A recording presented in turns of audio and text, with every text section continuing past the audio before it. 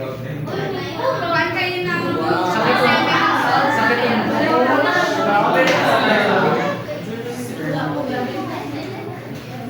wait lang.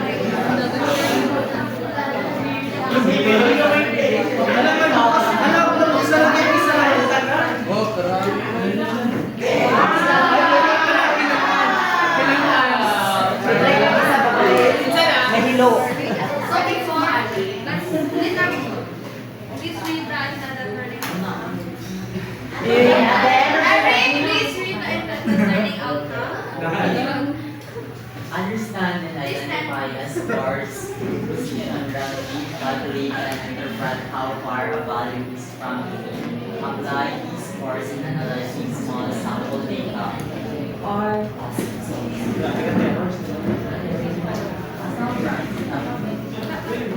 So why it is important to understand a data point, percentile, rank, and lambda its rows. So I give you 8 seconds to Seconds lang. so answer your answers.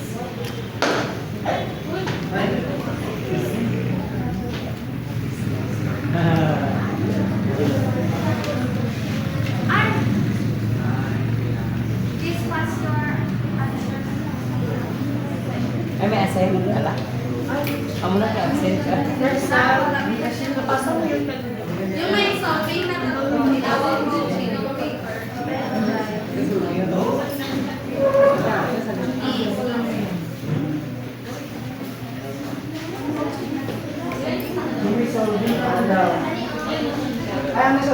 Resolving lang. Yung one home sheet of eight. Someone will leave yung sa one four kay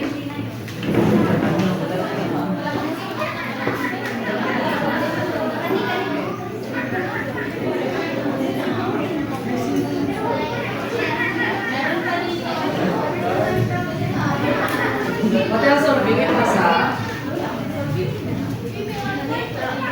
dalawa. Ipasa yung solving. Solving lang sa solving lang. Ano yan? Ate.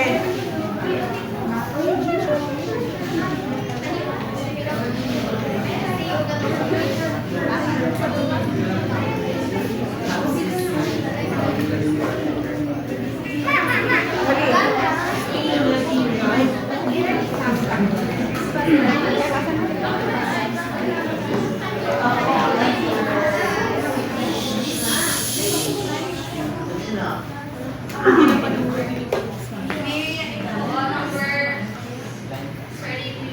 33. 33. 33. Mga LMO.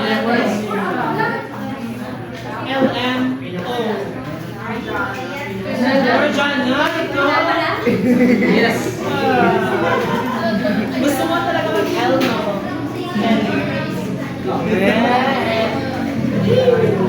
So why it is important to understand the data points percentile rank and lambda? Because a raw score only tells you the points that you have earned, but the percentile rank tells you where you stand among the rest of the test. Thank you very much.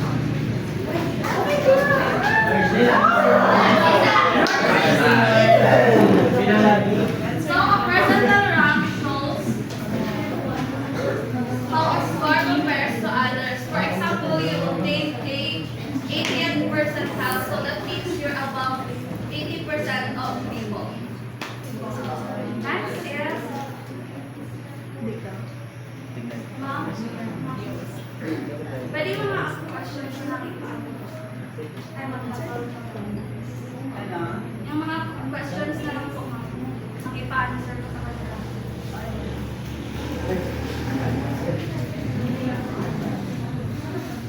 Next is what kind of distribution is typically used to interpret percentiles?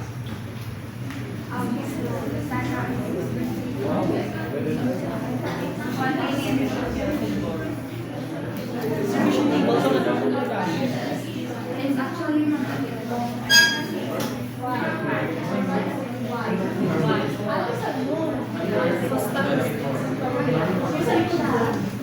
lucky winner.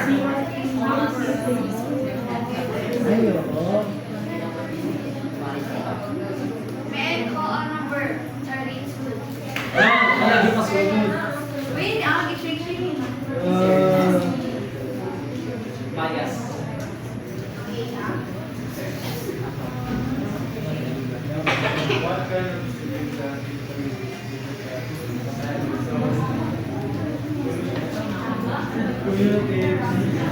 Ha?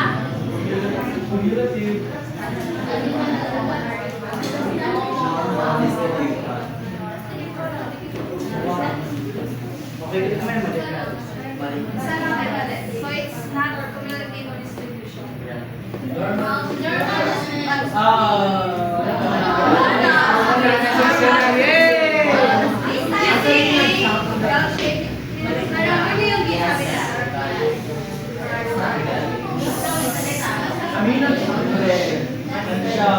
From here.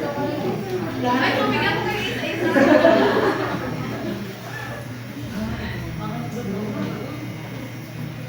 What does a z-score tell you about a data point in distribution?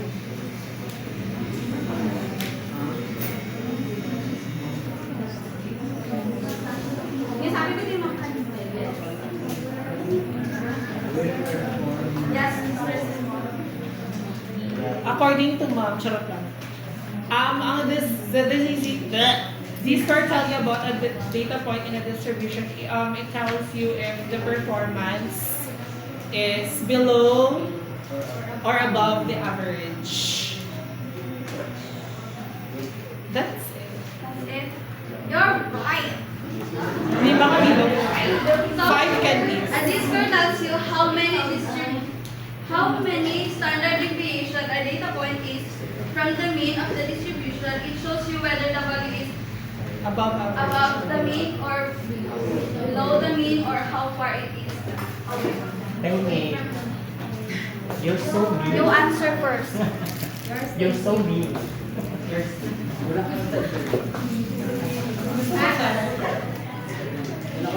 So ano yung sabi ni Ma'am kanina yung example na yung magkaiba sila ng subject pero ano pa rin siya kung ano ang Z-score. Next is, can these scores be used for scores in all types of tests? And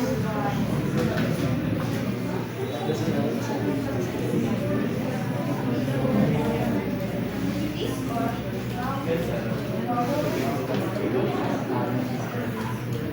Mean is equals to mean. Is equal. Sabi ko rin, wait, ito this time.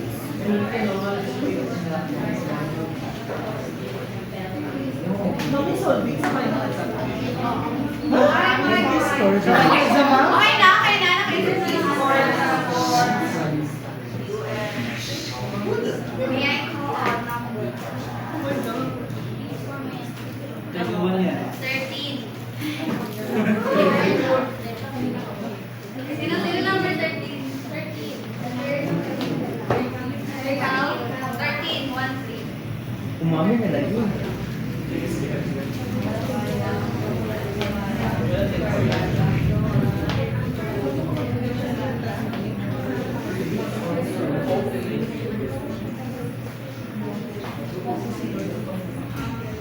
Kasi ang score life less na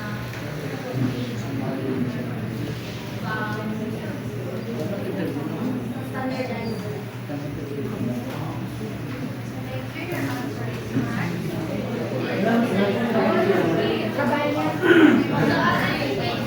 No, the answer is no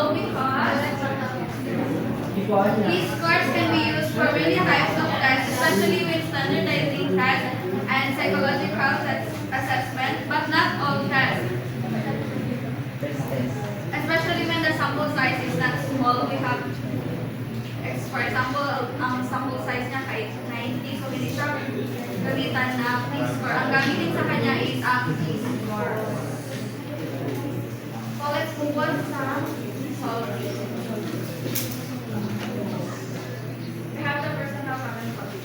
Yan ko yung time para alalahanin yung result. Hindi tayo makasolve ng percentile na.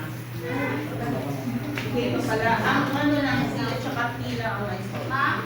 C and T lang may solve.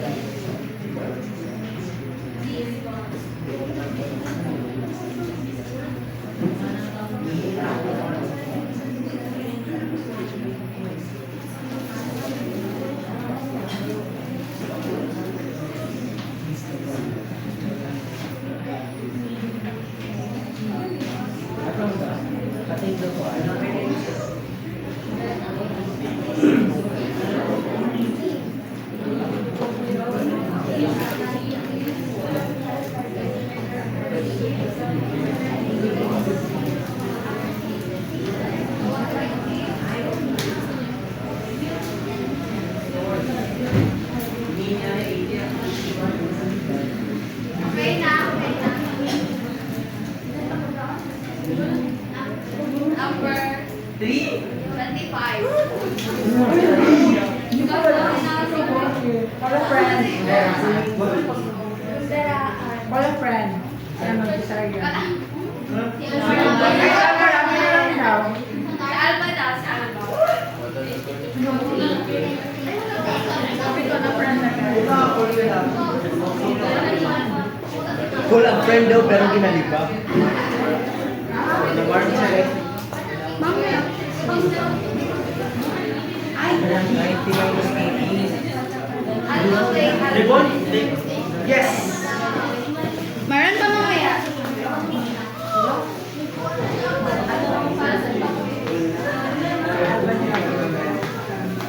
Motivation.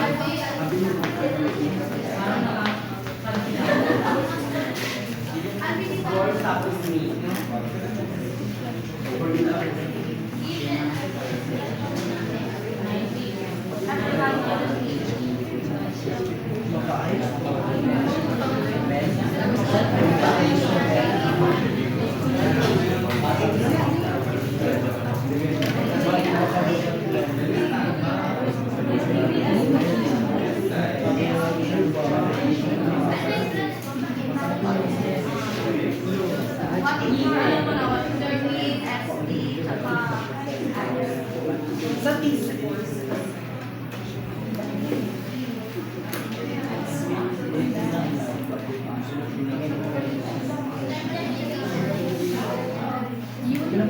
Relative na lang, direction na.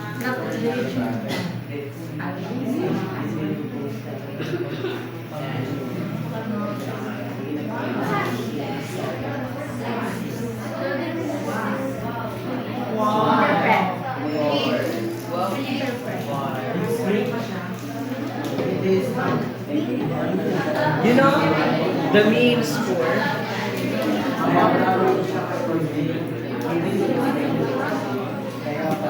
Calculate the Above the average kung ang Z natin dito is 0, so it is above the 1.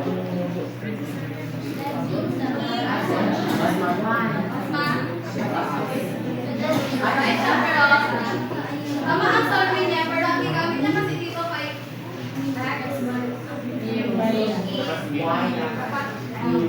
kasi population siya. For population, di ba? For Yeah. Yay! Alba!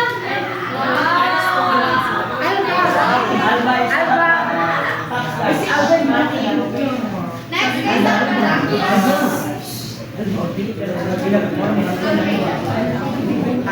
Next kay ang saling ay ang P-score.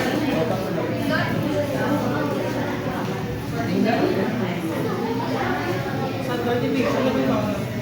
Ang extra I have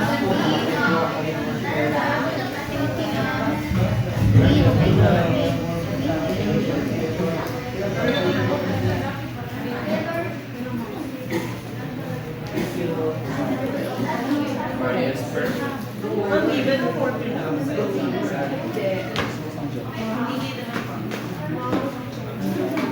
Have the scoring ay pa sa score. At saka wala din gamit ng calculator sa exam. Class, mahiya naman kayo, ganyan lang kadali. Mag-calculator pa kayo. Ang meron ng choices ko ba mga lahat? Saan?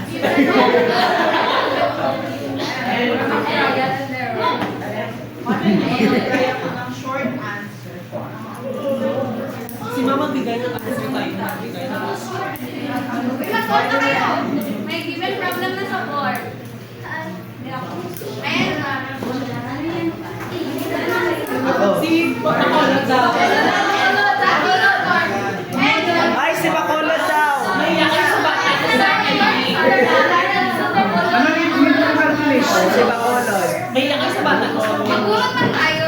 Kami nag-volunteer. Si Bacolod. Malapit na nag-volunteer. Si Bacolod. Duwa na lang sila. Nahanay na kayo. Bakit yan ang bata? Bakit ang bata?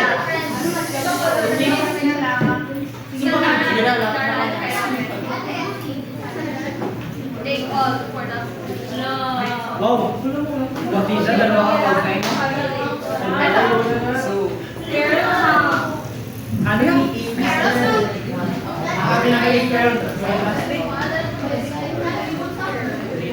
Ay, nagulot na. Ma'am, mag-extend tayo ma'am to. Ay, hindi na. Hindi na tayo mag-extend.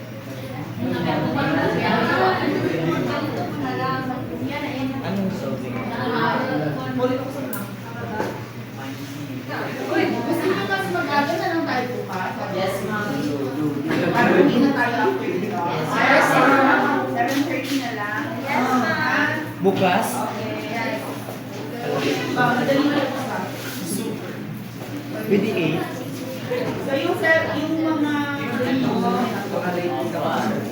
ang 7:30 ibig sabihin 7:15 nagsa-start na kayo pumasok ha? Yes, ma'am. 7:30 nag-aabang ka ng tricycle. Uy! So, OTW. Uy, 7:30 ka po. Secret. Si simulation. Tatay Clara. Ay, hala.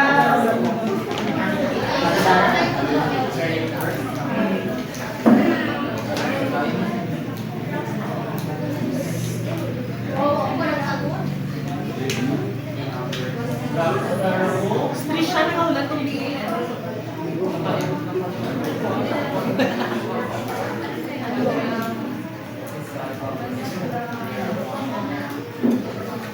Ano pangalan sa to?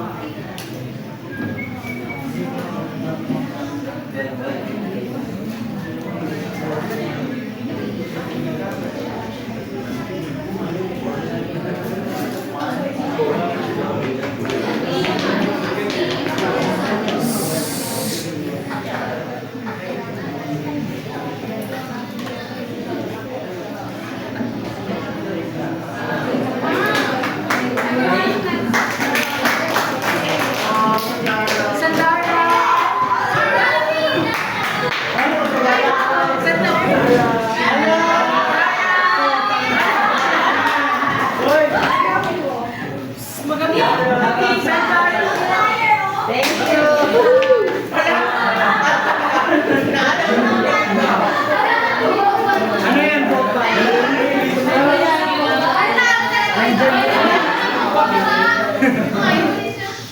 Okay, can we go back to the first question? Yung unang-unang tanong. First question. Wala ka ng A.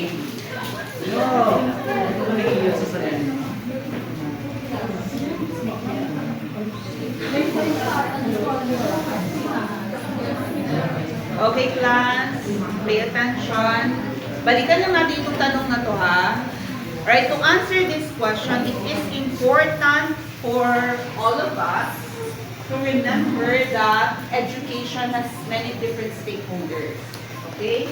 So, ang may interest sa score, hindi lang ang estudyante, hindi lang ang parents, hindi lang ang teacher. Okay? Sino pa ang may interest sa score ng mga estudyante? Yeah, I know. Pero sinong stakeholders? Government. Okay, usually ang parents nakapasa ba o hindi? Mataas ba ang nakuha ng anak ko? Di ba? Ganun din sa estudyante. Alright. Ang principal, ganun ba ang Yes. interest niya? Nakapasa ba o hindi? Yes, ma'am. Ang estudyante? Yun ba? Interested ba ang principal sa raw score ninyo? No. Anong interest niya? Overall. Alright. Okay. So, ang principal, iba ang interest niya sa interest ng estudyante, ng teacher.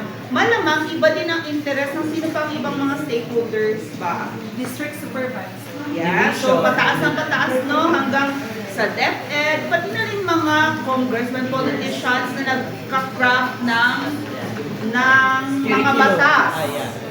Alright, kailangan nila yung big data.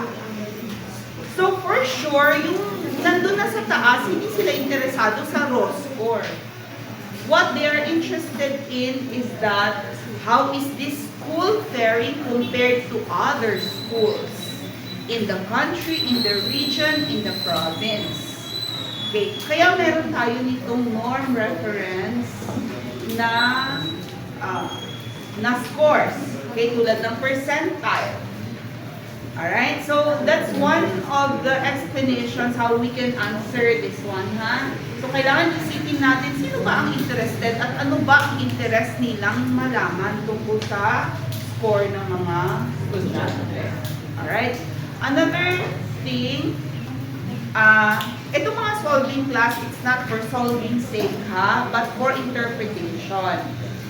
Usually, hindi ako magbibigay ng mga ganyan solve nang wala man lang importance or interpretation. Tulad nung nasabi ko kanina, usually kapag magtatanong ako ng Z-score, I'm going to ask, saan nag-perform better ang estudyante na to sa ganitong subject ba o ganito? Sino ang mas nag-perform ng mas maayos given this data dito sa certain test na ito? Okay, ganun yung mga tanong. Hindi yung magbibigay lang ako ng mga ganyan-ganyan na isusolve ninyo. So, you should be able to interpret. So, tingnan ninyong klasa kung ang tanong ba ay norm or criterion. Alright? Norm ba or criterion yung question. So, let's say for example, I have scores. Like, I have a table. Okay? And then, my raw score, my percentage score, my standard score, meron pang holistic score. Equivalent ang certain performance ng estudyante. Okay? So, tandaan ulit natin na given sa table, raw score, percentage, standard, at saka holistic score. Ngayon, ang tanong ko halimbawa, sa table na ito, may list of students. Ang bawat estudyante, mayroon siyang raw score. Ano ba yung sabi ko kanina? Percentage score, standard score, holistic score. So ngayon, ang tanong ay, sino ang pinaka may problem sa exam? Anong score ang titingnan ninyo? May problem sa exam. Yes. Sino ang pinaka may problem sa exam? Raw score. Okay, pwede ang raw score. Ano ba ang pwedeng tingnan nyo? Percentage mo. Okay, pwede rin ang percentage. Okay. Pag sinabi kong compared to the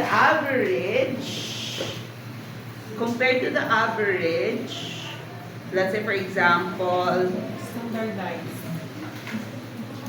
compared to the average, kumusta ang performance nitong estudyante ito? Ano ang titingnan niyo? Ano yung basihan niyo? Holistic.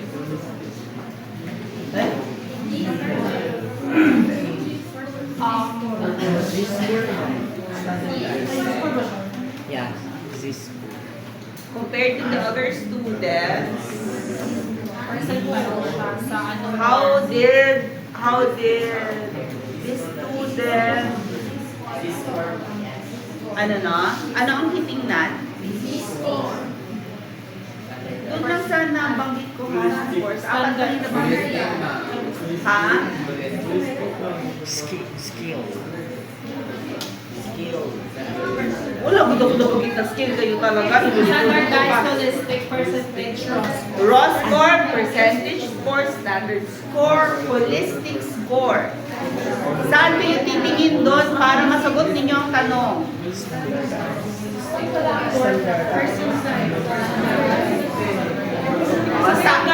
Standardized. Saan ang norm reference doon? Standardized. Saan ang norm reference doon? Sa apat? Standardized. Hindi yung standardized. Standard. Z-score. Okay? Hindi lahat ng standard score Z-score ha. Pwede ang standard score class ganito. Pag ang given ay 120, 110, 185, 70. Under standard score. How would you know yung average? Kapag ganun ang given ninyo. Kuna ng mean, kunin ng mean. Kunin ng mean. Sa from raw score. But it's already a standard score. Ay, standard score. It's already a standard score. Ang nakalagay sa standard score ay 130, 115, 100. Ano yung sabi ko kanina? 70. Ano pa? 120. Basta ganun. Kapag ganun ang scores, ano ang average score? Nagpakita ba kayo ng ano? Nagpakita pa sila sa inyo ng copy ng normal curve at saka yung mga scores under normal curve. Kanina kasi sabi natin, average pagdating sa z-score ay zero. Pero kapag meron kayong data na 100, 115, blah blah blah, okay, Above Above average. average. no, kasi wala pa tayong z na 100.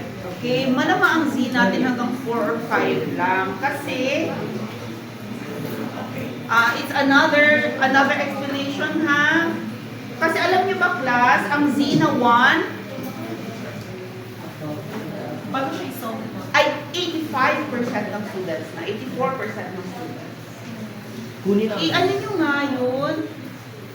So, z-score siya. Ito ha, z value has actually an equivalent percentile rank. Ang Z1, ang equivalent niya ay 84th percentile.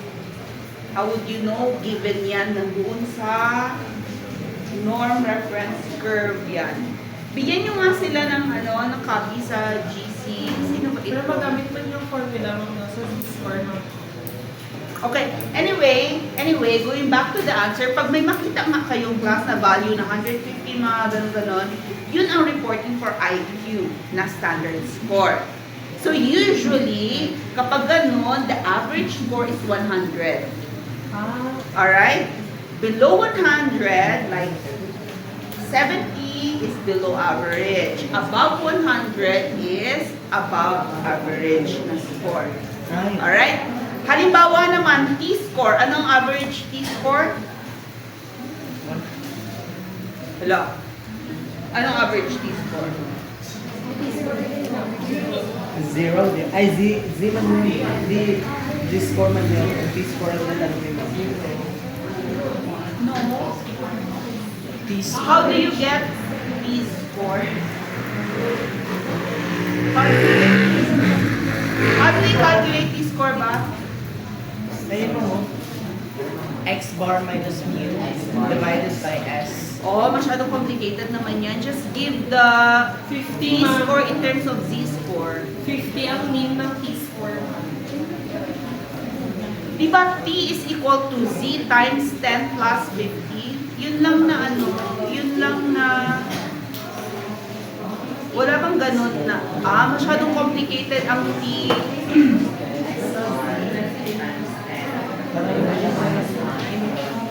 Mga may minus 50, ma'am. Sugat ako. Wala na naman. Is equals to 10, close open parenthesis, plus 50. B, malaki ka, is equal to Z, meaning Z score. Times 10 plus 50. Ito lang ang tandaan ninyo ng formula. So, what is the average Z score? 6, 0, 50 ma'am. 10, 0 times 10, 0 plus Kasi ang average Z score is 0. So, 0 times 10 is 0. So, the average Z score is 50. So, anything below 50 is below average. Anything above 50 is above average. When we're talking about the Z score. Alright? Bakit? Eto ha. Bakit may Z-score naman? Ba't nag-report yung iba ng Z-score? Kasi may negative connotation ng mga parents sa negative na score. Ang Z-score kasi walang negative. Alright? So, let's say for example, kapag ang Z ay negative 1, ano ang Z-score? negative 10 plus 40 ma'am. 40, di ba? Kung negative 2 ang Z, 30. 30, ganun na. And ang lowest mo namang na Z ay nasa negative 4 to negative 5. So, wala lang. Hindi tayo mag-negative. Alright, so tandaan nyo lang ha. Very easy lang actually mga calculations. Yeah, you just have to remember the idea.